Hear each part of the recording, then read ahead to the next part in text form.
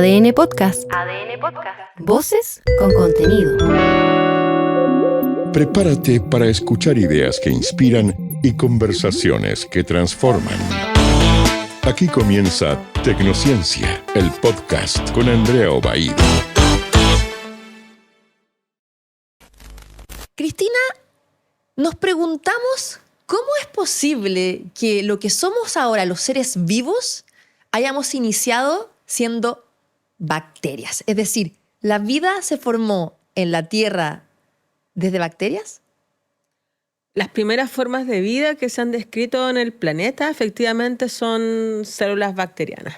Lo interesante también es preguntarse cómo desde un mundo aparentemente abiótico, sin vida, llegan a formarse estas estructuras que han sido cruciales, ¿cierto?, para el desarrollo de la vida en el planeta. O sea, desde organismos unicelulares, o sea, una sola célula, pasan a ser multicelulares, a diferenciarse estas células, a tener distintas funciones para formar las distintas especies que actualmente, ¿cierto?, conocemos, entre ellos nosotros los humanos. Eso, por supuesto, en un rango de tiempo muy largo. Pensemos que las primeras formas de vida en la Tierra aparecieron hace 3.800 millones de años atrás y fueron bacterias. Y ahí hay un salto muy interesante después a que estas bacterias empiezan a hacer fotosíntesis. Y eso es crucial porque se ocupa la energía solar para poder, ¿cierto?, generar compuestos orgánicos y también un grupo de estas, oxígeno. Y eso fue quizás el punto de quiebre en la evolución de las especies. O sea, la producción de oxígeno en la atmósfera, provocada por los microorganismos, bacterias, da cuenta de esta explosión de biodiversidad que hay en la Tierra, porque son condiciones mucho más, digámoslo, fisiológicamente amigables, ¿no?, para poder desarrollar la vida como la conocemos actualmente. Así que todo lo que somos en el fondo es gracias a los microorganismos. Ahora, a mí me llama profundamente la atención y es una pregunta que me hago siempre, es cómo pudimos ir evolucionando hasta lo que somos ahora, no solamente los seres humanos, sino que la diversidad de especies vivas que hay en el planeta. O sea, ¿cómo llegamos a esa enorme cantidad de especies, plantas, animales, personas que nacen, por decirlo así, de algo tan pequeño?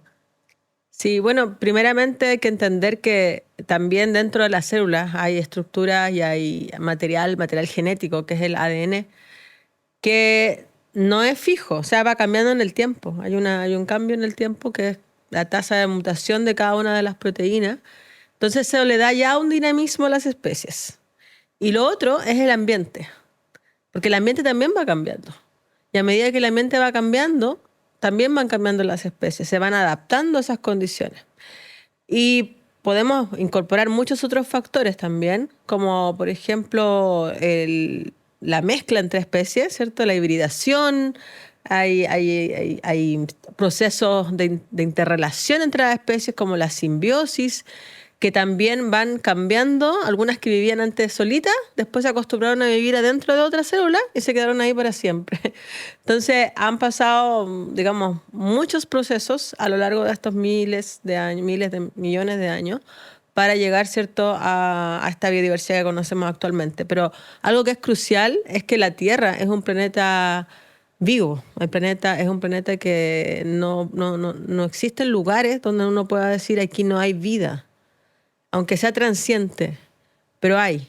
Y eso también se debe a que la vida se ha adaptado hasta las condiciones más inhóspitas y más extremas que tiene la Tierra. Entonces, a veces nos creemos, ¿cierto?, que la visión de naturaleza es solamente restringida a los bosques, a los océanos, a lo más verde, pero en realidad todo está lleno de vida, incluso los ambientes que está creando el ser humano también. También la vida, digamos, natural, entre comillas, se adapta a esas nuevas condiciones del antropoceno. Bueno, hoy día tenemos el placer de tener acá en Santiago de Chile a Cristina Dorador, ecóloga microbiana, investigadora de la Universidad de Antofagasta, tremenda, de verdad, expositora de todo este mundo invisible. De verdad, Cristina, muchas gracias por estar hoy día con nosotros acá en Tecnociencia, el podcast, en todas nuestras plataformas digitales, en YouTube, Spotify, en las redes sociales, para hablar de esto, de los microorganismos, de este mundo que no vemos con nuestros ojos, pero está ahí presente. Y también quería hablar sobre tu libro, Amor Microbiano, este libro que habla sobre cómo se moldean nuestros sentimientos en el mundo microscópico. ¿Qué relación hay entre el amor y los microorganismos? Mucho más de lo que creemos. Bueno, primero, muchas gracias por la invitación a este podcast. Siempre es un agrado hablar de ciencia y hablar contigo. Bueno, este libro justamente nace de una inquietud que yo tenía. Me gusta mucho hacer divulgación científica y contar historias sobre microorganismos a la gente. Pero siempre está esta idea de que las bacterias, los microorganismos, ¿cierto?, son relacionados con enfermedades, con patógenos. Entonces no son muy populares, no son muy atractivas. No es lo mismo que hablar de una ballena o de un flamenco. Pero sí nos explican muchas cosas de nosotros mismos. Entonces, los últimos, yo diría 20 años, ha habido una explosión de conocimiento del área de la ecología microbiana, o sea, entender cómo los microorganismos viven en el ambiente, y cómo también se han moldeado a distintos escenarios, y también que nosotros mismos, los seres humanos, y ese es el punto más importante, no somos realmente humanos 100%. Somos mitad células microbianas, principalmente bacterias, y la otra mitad somos células humanas. Entonces somos un ecosistema. Estamos todo el tiempo intercambiando con otros organismos, en material genético o incluso productos del metabolismo celular, y eso nos permite nuestra vida. O sea, si no tuviésemos, por ejemplo, microbiota intestinal, bacterias, ¿cierto?, en el intestino, no podríamos metabolizar algunos alimentos. Y no podrían, en ese metabolismo, secretar, ¿cierto?, generar compuestos que después a nosotros mismos nos sirven, como por ejemplo los neurotransmisores. En el intestino, por ejemplo, se produce la mayor parte de serotonina, que llega después a nuestro cerebro, ¿cierto?, y es crucial también para todas nuestras relaciones y comportamientos. Así que convivimos con un mundo microbiano invisible, que ahora se hace visible gracias a las nuevas tecnologías, pero también se vincula incluso a nivel de los sentimientos con el amor. Bueno, como tú decías, no hay solo bacterias malas, también hay muchas bacterias buenas que están dentro de nuestro intestino, se componen de lo que se llama la microbiota, y hay harta evidencia científica que demuestra que si nosotros tenemos esta microbiota sana, también vamos a estar sanos en general y vamos a reducir la posibilidad de enfermarnos. ¿Qué relación hay entre la microbiota que esté sana con algunos tipos de enfermedades que podamos tener? Sí, bueno, lo primero en estos últimos 20 años de investigación ha sido claramente el foco en salud humana, mucho foco en salud humana, pero también ambiental. Y nos hemos dado cuenta de que cuando el microbioma, la microbiota intestinal está desequilibrada, que igual es un concepto que está ahí en disputa, se llama disbiosis, es el nombre técnico, hay una preponderancia que crezcan ciertos organismos frente a otros. O sea, siempre los sistemas van a estar más sanos y equilibrados cuando exista mayor diversidad biológica, incluso en los espacios humanos. Cuando tenemos más personas distintas, claramente las conversaciones, las ideas que de ahí resultan son más ricas, porque nos enriquecemos de distintas miradas. Y eso pasa también a nivel metabólico. Mientras más diversidad microbiana exista, también tenemos mayores posibilidades de adaptarnos al ambiente en que estamos. Y eso tiene mucha relación, por ejemplo, con la dieta.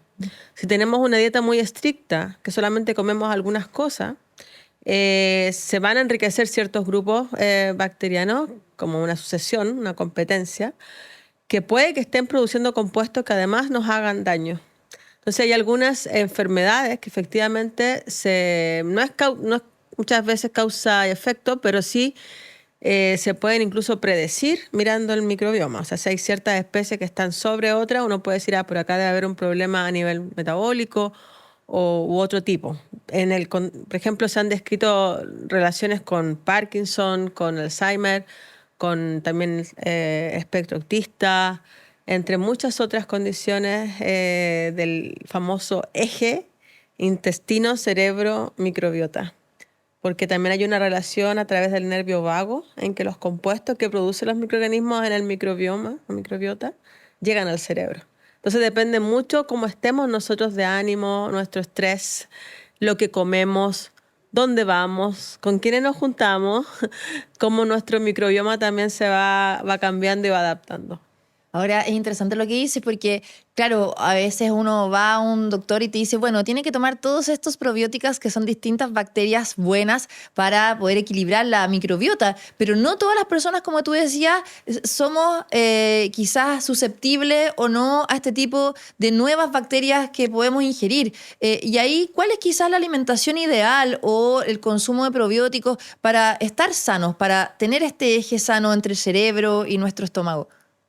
Bueno, el uso de probióticos se ha intensificado mucho en los últimos años.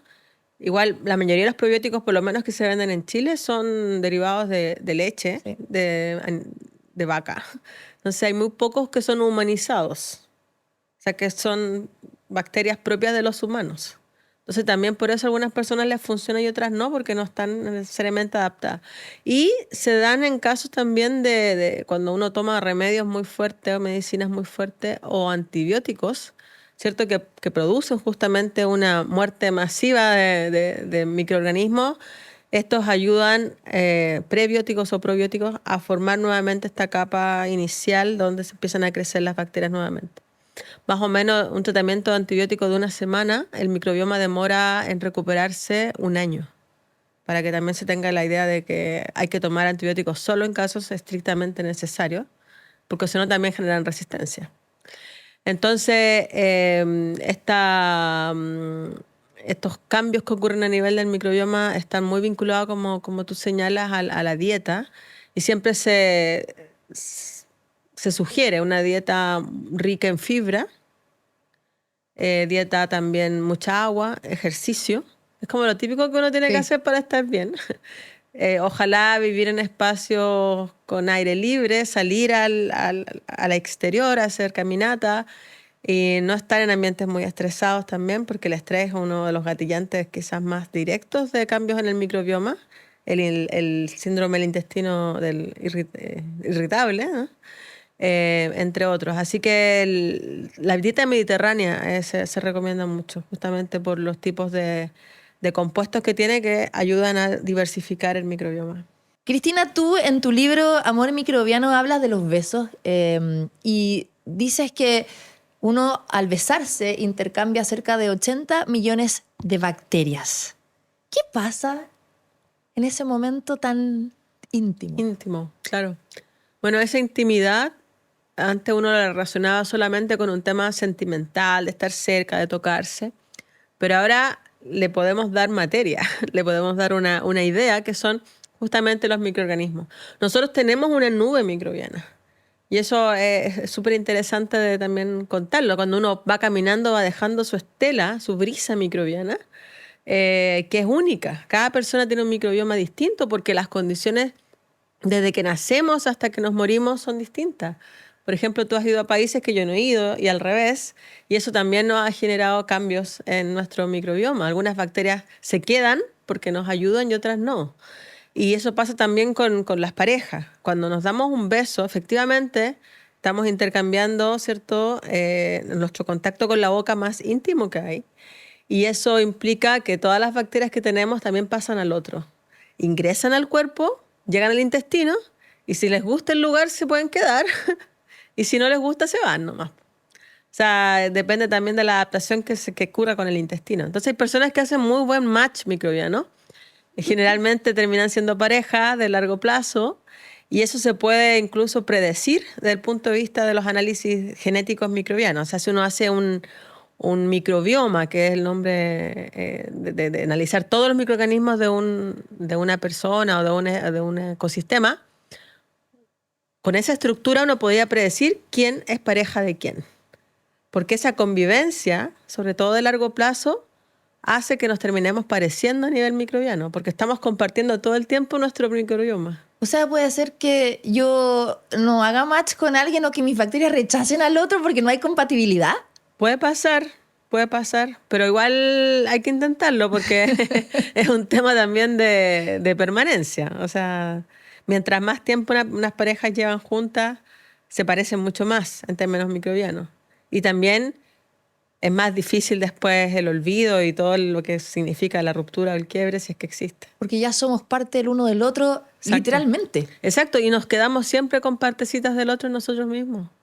Porque a menos que, no sé, que cambiamos de vida absolutamente, siempre va a quedar algo del otro en nosotros, en el intestino, en la piel, y porque es una fusión que ocurre, es una fusión microbiana en nuestro cuerpo. ¿Es alguna razón por la cual a veces nos cuesta tanto olvidar a alguien que fue importante? Absolutamente. De hecho, el libro parte con una frase, ¿cierto?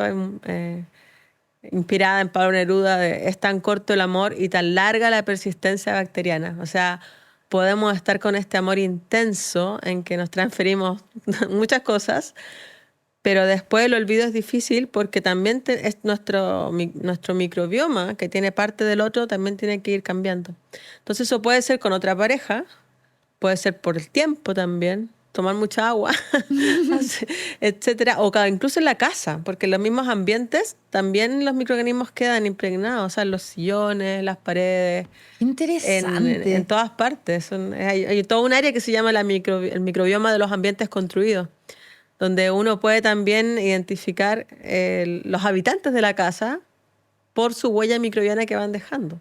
Incluso con las mascotas también. ¿Y ahí que tienes que hacer una limpieza profunda? No, yo creo que es parte de la adaptación. Por eso también cuando uno va a una casa siente siempre que no es de una, ¿no? Siempre un olor distinto, ya sea no necesariamente es por cocinar, sino que porque las personas que allá habitan le van dejando su propia huella.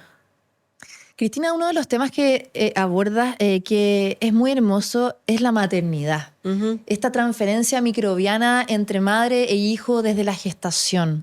¿Qué pasa ahí? ¿Cómo se transfiere esta información de la madre al hijo y viceversa? Bueno, claramente el tema de la maternidad es muy complejo, ¿eh? En términos biológicos y en términos evolutivos también. Y en términos biológicos existe una transferencia no solamente genética, en que son nuestros genes, ¿cierto?, que están mitad y mitad en nuestros hijos, sino que además es microbiana. Va a depender cómo nacemos, dónde nacemos. Muy importante también es la ingesta, ¿cierto?, de leche materna y también otro tipo de prácticas que se puedan tener a nivel cultural. Entonces, hay muchas diferencias entre nacer con cesárea o nacer por parto normal. Primeramente porque la cesárea, que es una operación, ¿cierto?, donde se extrae el bebé, generalmente debe hacerse, ¿cierto?, en condiciones donde ya no hay posibilidad del parto normal. Sin embargo, en Chile tenemos una de las tasas de cesárea más altas del mundo y eso se debe también a que se ha masificado esta operación por coincidir con el turno del trabajo del papá, por temas estéticos también, o incluso el médico, me tengo que ir de vacaciones, voy a operarte antes, etcétera. Pero eso está provocando también grandes cambios en el microbioma de los bebés. Entonces también hay que, ojalá, si es que las condiciones lo permiten, siempre tener un parto normal, digamos, humanizado, normal, ¿cómo se puede decir? ¿Por qué? Porque ahí ocurre el primer gran traspaso bacteriano desde la madre al bebé. En la placenta ya hay algunas bacterias, pero son muy poquitas. Y esas son bacterias, o sea, el bebé ya empieza a adquirir bacterias y son típicas de la degradación de la leche materna humana. ¿Ya? Se empieza a preparar. Pero después cuando pasa por el canal vaginal, ahí se llena, ¿cierto? Se embetuna de lactobacillus sobre todo, que también los va incorporando adentro y se va preparando para la vida hacia afuera, porque además hay muchos factores de inmunidad que también son transmitidos. Entonces, en el primer contacto madre-hijo a través del canal vaginal y luego inmediatamente con la lactancia, ese es el momento quizás más hermoso a nivel microbiano. Por eso también es un amor microbiano, porque es lo que le podemos traspasar directamente a nuestros hijos, además del sentimiento de amarlos por haber nacido. Le traspasamos toda nuestra vivencia y nuestra experiencia para que pueda sobrevivir. Entonces la leche materna humana es muy compleja, tiene unos azúcares muy únicos y justamente las bacterias que le hemos transmitido degradan esos tipos de azúcares. Entonces hay también ahí un vínculo evolutivo de millones de años entre esta transferencia. Entonces, cuando artificializamos estos procesos, se pierde ese vínculo un poco. Y Cristina, cuando nace un bebé y se genera esta transferencia microbiana a través, ¿no?, del apego, del canal vaginal y después la lactancia, ¿influye esto para el desarrollo del niño o la niña a nivel cerebral, a nivel de autoestima, a nivel, ¿no?, de todo su cuerpo, a diferencia de los niños o niñas que no tienen eso? Bueno, es un tema que se ha estudiado bastante. Igual es complejo plantearlo así porque tampoco la idea es predestinar a las personas. Es decir, naciste por cesárea, te vas a enfermar. Pero existe una alta probabilidad de que aquellos guaguas que nacen por cesárea o no tienen lactancia materna puedan desarrollar alergias. Eso está muy comprobado, o sea, bastante comprobado. ¿Por qué? Porque el sistema inmune madura de forma distinta. Y lo otro también que se ha relacionado con lo que hablábamos recién, con enfermedades o condiciones que se desarrollan más adelante, que pueden también estar vinculadas a la falta de contacto microbiano con la madre. Tú hablas además en el libro sobre, bueno, lo que pasa en los territorios más allá del amor, y tiene que ver con las bacterias extremófilas, que son estas bacterias que resisten en ambientes que son realmente extremos a nivel de radiación solar, de temperatura. Y también nos hemos preguntado si ese tipo de vida es la que está en otros planetas, porque todavía no hemos encontrado o contactado, ¿no?, con otro tipo de vida. ¿Qué crees tú respecto a eso? ¿Hay vida en otros planetas o solamente podría hasta ahora existir vida microbiana? O sea, a mí no me cabe duda que en algún planeta de los millones que deben haber hay vida, porque sería un caso muy poco probable que solamente la Tierra haya desarrollado estas condiciones. Ahora, hay que añadirle la escala temporal. Pudo haber pasado antes o pasará en el futuro. Entonces, ahora con las nuevas herramientas astronómicas, sobre todo de búsqueda de exoplanetas, el foco está justamente en encontrar planetas muy similares a la Tierra. Entonces, hay un concepto que se llama habitabilidad, donde se tienen que combinar ciertas variables que hagan posible que la vida se desarrolle como la conocemos, que es la de la Tierra. No conocemos otras formas de vida más allá de la Tierra. Por eso es tan importante proteger el planeta. O sea, no es cualquier cosa. Es nuestro diccionario, ¿no? Aprendemos cómo fue la vida en el pasado, incluso podemos predecir un poquito cómo va a ser la vida en el futuro por la crisis climática. Entonces, lo más probable si se encuentra vida en otros planetas es que sea vida microbiana inicialmente, sobre todo en Marte, porque Marte es el planeta más parecido a la Tierra, y también en la Tierra tenemos ambientes muy parecidos a Marte, como el desierto de Atacama, que son considerados análogos a Marte. Y también hay muchos otros análogos a la Tierra primitiva, análogos a lunas que son muy frías, en la Antártica, por ejemplo. Entonces, ese es el tipo de investigación que se hace mucho, es tratar de encontrar match entre la vida que está en la Tierra y lo que podría ocurrir en otros lugares. Entonces, todos los instrumentos, los rovers que se han ido a Marte, que ahora actualmente están allá, ¿cierto?, sacando muchas fotos, tomando muestras, han sido previamente probados en los suelos del desierto de Atacama, porque físicamente también es el lugar donde uno puede probar que el robot realmente avance con sus ruedas, pueda perforar el suelo, tomar la muestra. Hay instrumentos incluso instalados en el Curiosity, como un espectrómetro de masas que puede dar cuenta del tipo de química del suelo. Pero todavía no se han desarrollado instrumentos que vean ADN, por ejemplo, o que vean algún marcador mucho más específico de la vida. O sea, si se encuentra vida microbiana en otros planetas, ¿significa que ahí se pudo haber desarrollado o se puede desarrollar vida? ¿Como la que conocemos? Si se dan las condiciones, siempre. De hecho, nosotros podemos crear ambientes nuevos en la Tierra, ambientes hechos por el ser humano donde nunca ha habido vida porque no existían. Y ahora la hay. Un ejemplo muy local es lo que ocurre en el norte de Chile con las piscinas de evaporación de litio. ¿Cierto? Sabemos que los salares, que son lugares que yo estudio bastante, son fuentes de litio, y para obtenerlas se tiene que evaporar la salmuera y se va concentrando este mineral. Entonces, naturalmente no existe ningún lugar así en la Tierra. Eso lo hizo el ser humano para poder obtener este mineral que lo usamos para para las baterías principalmente.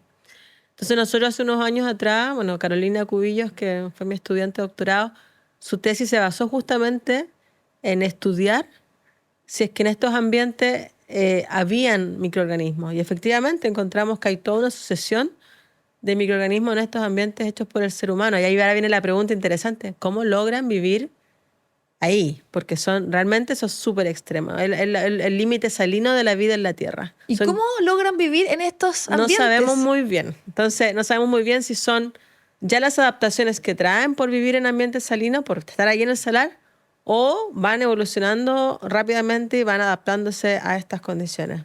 Porque también los microorganismos forman consorcios, forman gremios, forman biopelículas. Entonces, la unión hace la fuerza y el trabajo comunitario, las comunidades microbianas, es realmente lo que ocurre en los ecosistemas. Nadie vive solo, nadie. Y esta cooperación es la que permite la existencia y la subsistencia en estos ambientes tan extremos. Interesante. Bueno, tú hablabas de los salares, que además es uno de tus focos de investigación.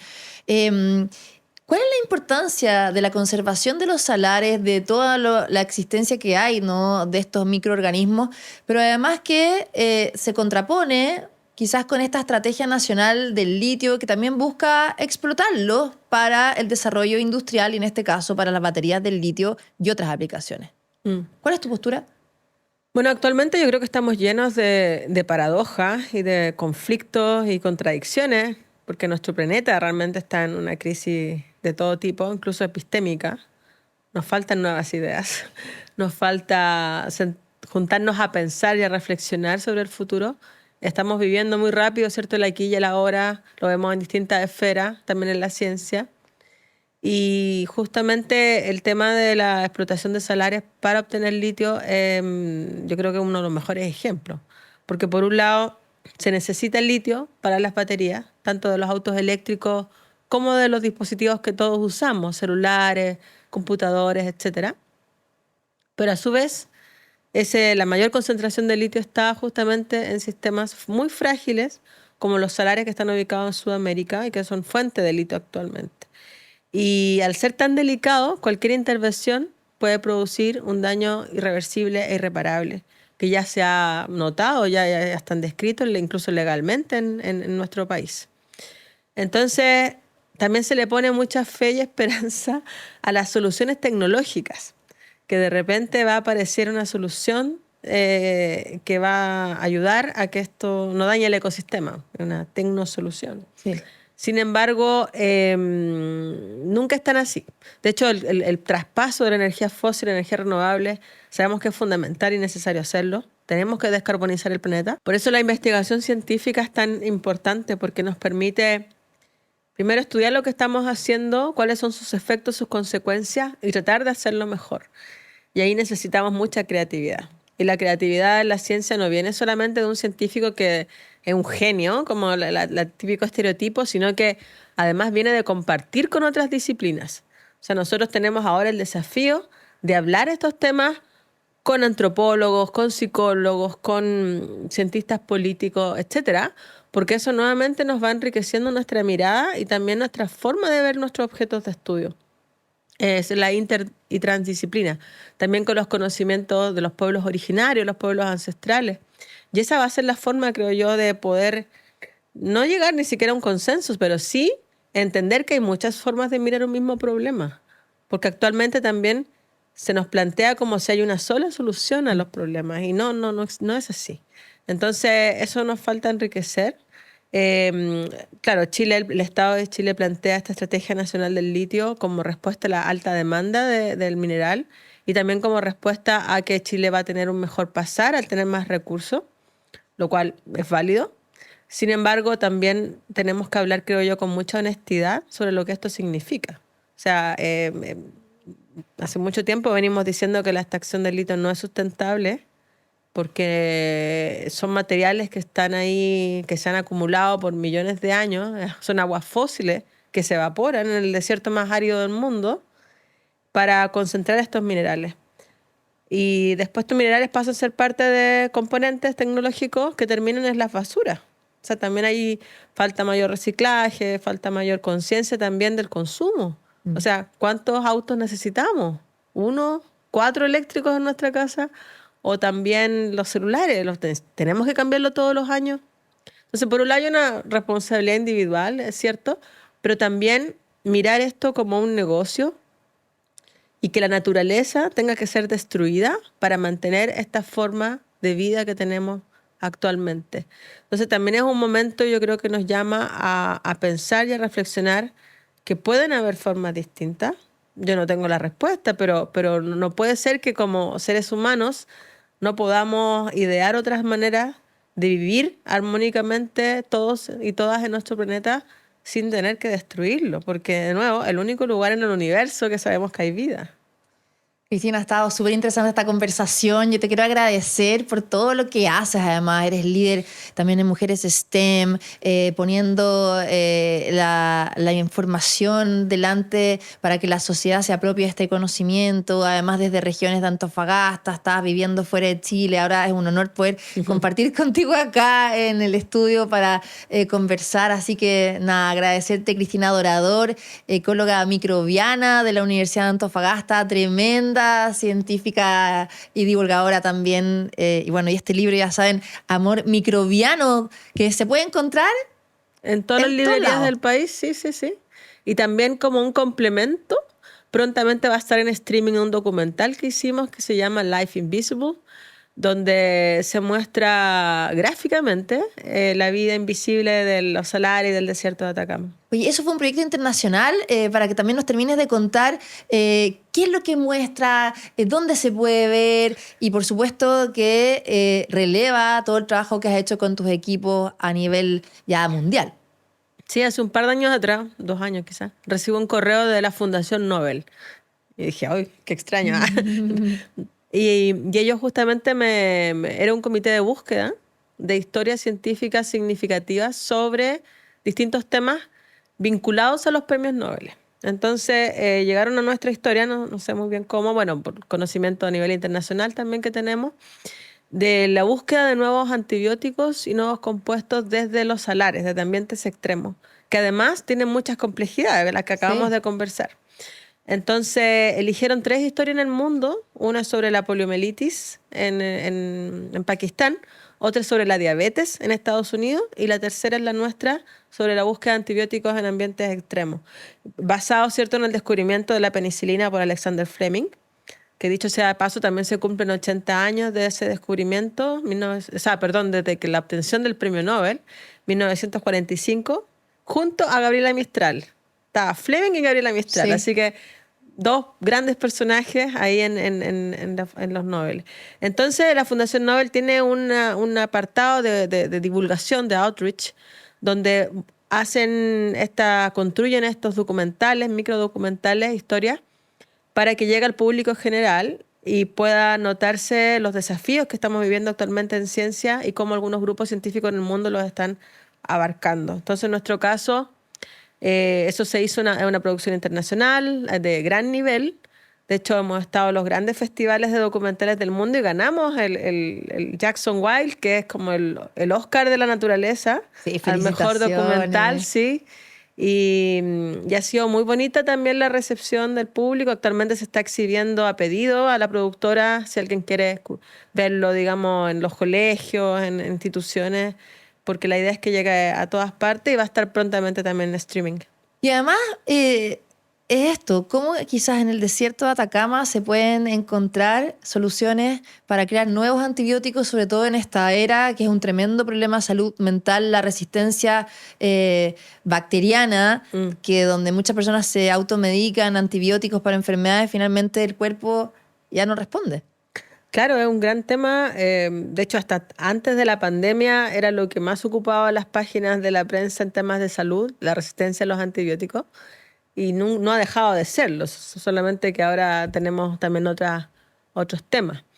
Y lo que está pasando es que al año mueren 5 millones de personas por no tener acceso a los antibióticos.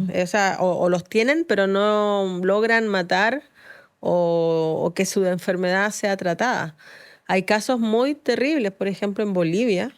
Me tocó una vez dirigir una tesis sobre eso, de casos de infección urinaria, que sabemos que se tratan con antibióticos, donde ya es tanto el uso de antibióticos que no se pueden tratar y la gente muere de infección urinaria. O sea, no podemos en ningún caso llegar a eso, por eso también hay que protegerse, ¿no? Hay que hacerle caso estrictamente a los médicos, cuándo sí, cuándo no, y la duración del tratamiento. Porque si uno corta el tratamiento antes, también genera resistencia. Y la resistencia no solamente es por el uso de antibióticos, también por los usos de limpieza, productos de limpieza o un montón de otros tipos de factores. Los metales pesados, la contaminación. Así que hay un montón de cosas que investigar. Pero lo interesante es que lugares microbianos, como los salares, son ecosistemas microbianos, tan diversos, tan únicos, tan aislados del mundo, ahí sí es posible encontrar nuevos compuestos que permitan tratar enfermedades, incluso anticáncer y de otro tipo. Por eso también es importante la protección, porque no solamente los salares, como mucha gente cree, son fuentes de litio, sino que hay mucho conocimiento científico y conocimiento aplicado que puede ayudar a las futuras generaciones. Cristina Dorador, gracias por estar hoy día con nosotros en Tecnociencia, el podcast. Gracias a ustedes por vernos cada semana. Recuerden que están todos los capítulos en YouTube, en Spotify, en todas las plataformas de ADN, también en mis redes sociales, @AndreaObaid. Y nos reencontramos la próxima semana para seguir con estas conversaciones profundas, interesantes, entretenidas, donde relevamos la importancia de la ciencia, la tecnología, la salud y el medio ambiente. Hasta pronto. Esto fue Tecnociencia, el podcast con Andrea Obaid. Tecnociencia fue una presentación de Sodimac. Más socios que nunca en Teleempresas. A tu partner tecnológico, elígelo bien. Y Arauco, renovables para una vida mejor.